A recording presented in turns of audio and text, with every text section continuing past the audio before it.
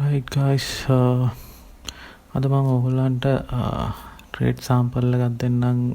ඒ sample එකේ මමද trade එකක් බලන වෙලාවේ මාකට් එක තිබ්බ විදියයි මම ගත්ත ට්‍රේඩ් එක ගත්තේ ඇයි මොනවද හේතු කියන එකයි මම පොඩ්ඩක් පැහැදිලි කරන්නම්. right ඊට අමතරව මොනවද මේ big orders කියන්නේ. සාමාන්‍යයෙන් ওই big orders ගැන කතා කරන ඔයගොල්ලෝ අහලා ඇති. ඉතින් ඒ big orders වලට කොහොමද මොනවාද ඒවා අපි අඳුනගන්නේ කොහොමද සහ ඒ ගැන අපි පොඩ්ඩක් ඉදිරියේදී වැඩිපුර කතා කරමු. සාමාන්‍ය සබ්ජෙක්ට් එකේදී අපි කතා කරන්නේ iceberg orders එහෙම නැත්නම් elephant orders කියලා අපි කතා කරනවා. right එතකොට අපි ඒ ගැන පස්සේ කතා කරමු. මම ඔයාලන්ට පෙන්නන්නම් මේ මාකට් එකේ big orders වැටලා මොනවාද ඒකින් වෙන්නේ කියන එක. right ඔයගොල්ලන්ට මේ පේනවා chart එක. ඔයගොල්ලන්ට පේනවා euro USD chart එක. මම euro USD ඇනලයිස් කරන්න ගත්තේ. අද එනකොට මාකට් එක මේ තිබ්බ තැන right ඔයගොල්ලන්ට පේනවා මුලින් 10 minute chart එක තියෙනවා. ඊට යටින් තියෙනවා 30 minute එක. right එතකොට මම මාකට් එකේ 5 minute එක බලනවා මේ වෙලාවේ. right එතනදී මම ඔයගොල්ලන්ට කලින් වීඩියෝ එකේ කිව්වා මාකට් එකේ time and price ගැන. right එතකොට ඔයගොල්ලන්ට පේනවා මෙතන ලන්ඩන් සෙෂන් එක ඕපන් වුණාට පස්සේ right මාකට් එකට ඇඩ් වෙලා තියෙන වොලියුම් එක. right 30 minute chart එක බලුවොත් ඔයගොල්ලන්ට පේනවා right volume spikes කොහොමද ඇවිල්ලා තියෙන්නේ. right 10 minute එක බලුවත් පේනවා. 5 minute එක බලුවත් ඔයගොල්ලන්ට පේනවා. right එතකොට අපි time එක ගැන කතා කරද්දී අපිට වැදගත්ම වෙන දේ තමයි මේ session එක. right ඔයගොල්ලන්ට දැන් clearly එක මේ chart එක දිහා බැලුවාම පේනවා. right එතකොට අපි session එකේදී market එක මොකද්ද කරන්නේ. right මේ වෙනකොට මොකද්ද කරලා තියෙන්නේ කියන එක අපි අඳුන ගන්න ඕනේ අනිවාර්යෙන්ම. right ඔයගොල්ලන්ට පේනවා දැන් market එකේ 5 minute chart එකේ move වෙන හැටි. right එතකොට ඔයගොල්ලන්ට ඔය chart එකේ දැන් තියෙන තැන low එකේ ඔයගොල්ලන්ට පේනවා round වගේ. right එතකොට අපි ඕගොල්ලෝ big orders කියලා හඳුන්වන්නේ ඒවට. right එතකොට එන big orders ටික අපිට කස්ටමයිස් කරගන්න පුළුවන් මොන quantity එකෙන්ද කියන එක අපිට මාකට් එකට අනුව quantity එක වෙනස් කරලා කස්ටමයිස් කරලා ඒක හදා ගන්න පුළුවන්. right එතකොට දැන් ඕගොල්ලන්ට පේනවා දැන් යන chart එකේ තියෙන තැන 5 minute chart එකේ right මාකට් එක ඇවිල්ලා තියෙනවා යම් කිසි area එකකට.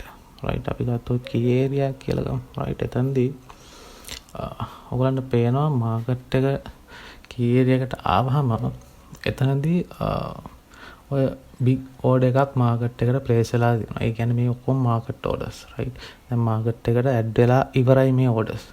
right එතකොට මේ orders pending orders නෙවෙයි. right එතකොට ඊට පස්සේ මාකට් එක එතනින් reversal එකක් අරන් තියෙනවා. right අරගෙන ඊට පස්සේ ආපහු ඒ key area එකට ඇවිල්ලා එතන තවත් big orders දෙක තුනක් right වැටලා තියෙනවා මාකට් එකට. හැබැයි ඔයගොල්ලන්ට පේනවා මාකට් එක කිසිම මූවමන්ට් එකක් නැහැ. right මාකට් එකේ ඒ ආපු orders වලට මාකට් එක move වෙන්න ඕනේ. නමුත් එතන සිද්ධ වෙන්නේ absorption එකක්. right එතකොට මාකට් එක ඒ area එක මේ වෙනකොට key area එක හැටියට අඳුනගෙන තියෙනවා. right එතකොට මාකට් එක දැන් මේ key area එක through යන්න right හෝ reversal වෙන්න තමයි මේ attack එක දෙන්නේ. right එතකොට අපි ඒක අඳුන ගන්නවා. දැන් ඔයගොල්ලෝ 30 minute එක බැලුවොත් එimhe ඔයගොල්ලන්ට පේනවා range bounce market එකක් තියෙනවා. right එතකොට 10 minute එකෙත් එහෙමයි අපිට පෙන්නන්නේ.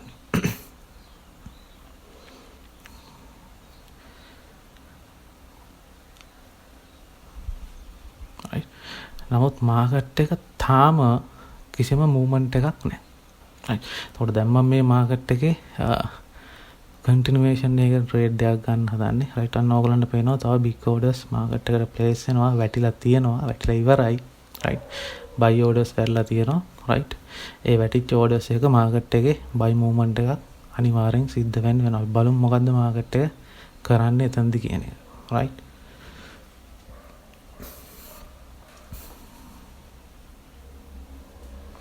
ඒත් එක්කම අපිට 5 minute chart එක යට ඔයගොල්ලන්ට පේනවා positive delta form වෙනවා. right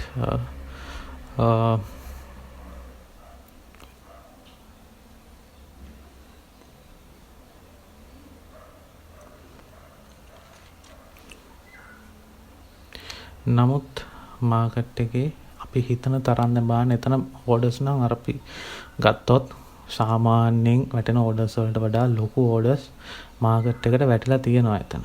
right buy sell දෙකම. නමුත් මාකට් එකේ මූවමන්ට් එකක් දෙන්නේ නැහැ. යන්නේ නැහැ. right. එතකොට මෙතන බයර්ස් සෙලර්ස්ලා ඇටැක් කරගන්න එකක් තමයි මෙතන සිද්ධ වෙන්නේ.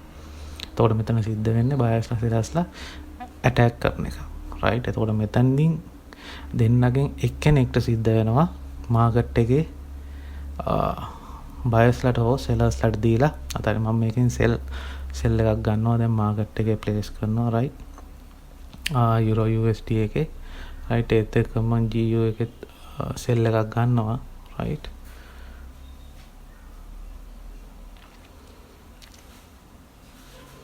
මොකද මම ඔයගලන්ට කලින් කිව්වා මම මේ ගන්නේ රිවර්සල් ට්‍රේඩ් එකක් නෙමෙයි continuation trade එක. right මොකද මාකට් එකේ රිවර්සල් එක සිද්ධ වෙලා ඉවරයි. මේ වෙනකොට.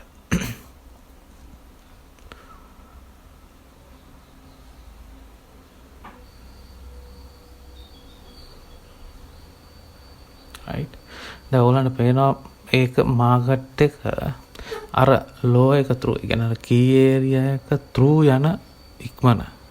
right තාමත් quick. එතකොට ඒ තැන් වල big orders නැහැ. ඔයගොල්ලන්ට පේනවා ස්මූත්ලි මාකට් එක අර එතන යා දැන් හදාගත්ත key area එක through මාකට් එක යනවා. right මොකද මම ඔයගොල්ලන්ට ඒකයි කිව්වේ. කියන්නේ දෙකොල්ලන්ගෙන් එක්කෙනෙක් agree වෙන්න ඕනේ. ඊගා movement එක ගෙනියන්න. ඊට පස්සේ අනිත් පුද්ගලයෝ මාකට් එකෙන් අයින් වෙනවා. මොකද ඒගොල්ලෝ interest නැහැ. ඒ මූවමන්ට් එක ගෙනියන්න ලොකු ඕඩර්ස් මාකට් එකට අවශ්‍ය වෙන්නේ නැහැ. right මේ මොකද මේ ස්කැල්ප් එකක් කරන්නේ. right මම මෙතන ස්කැල්ප් කරන්නේ right quick movement එකක්. ඒ කියන්නේ easy movement එකක්.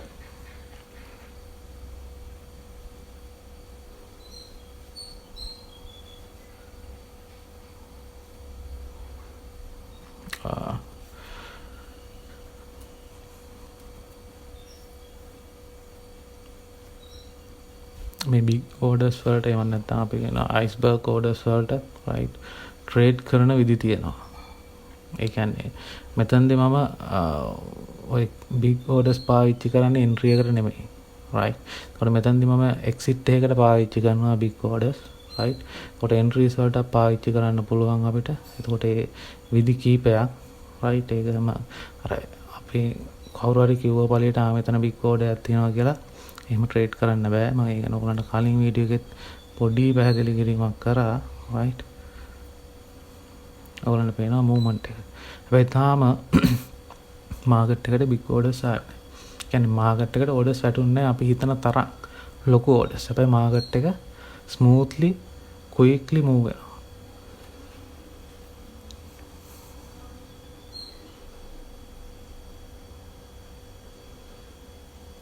මොකද මම GU එක නම් ඇනලයිස් කරේ නෑ. EU එක විතරයි ඇනලයිස් කරේ.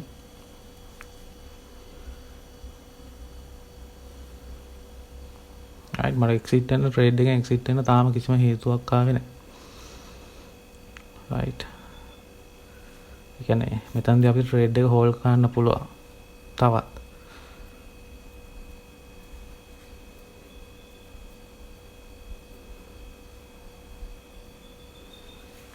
right මෙතන මාකට් එක නවතුනා කියලා පොඩ්ඩක් range bounce වුණා කියලා ප්‍රශ්නයක් නැහැ.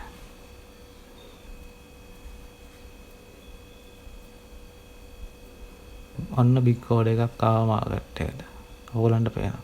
ඒකත් එක්ක මාකට් එක රිජෙක්ට් කරනවා. sell orders තමයි මාකට් එකට ආවේ. අන්න දැන් බයර්ස්ලත් එතනත් big order එකක් ආවා right.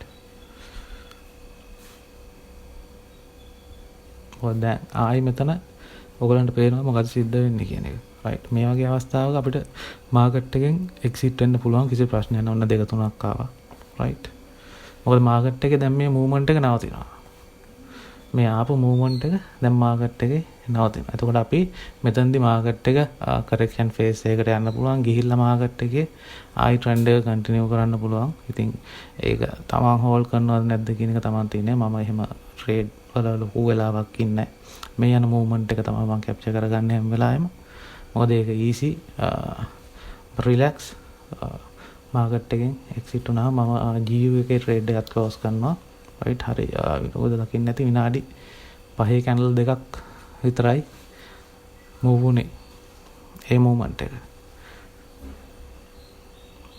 රයිට් හරි මම හිතනවා ඔයගොල්ලන්ට සරල මම මේ නිකන් පොඩි දෙයක් කිව්වේ තේරුම් ගන්න පුළුවන් වෙන්නේ නැති කියලා කිව්වේ මොකද්ද කියන එක.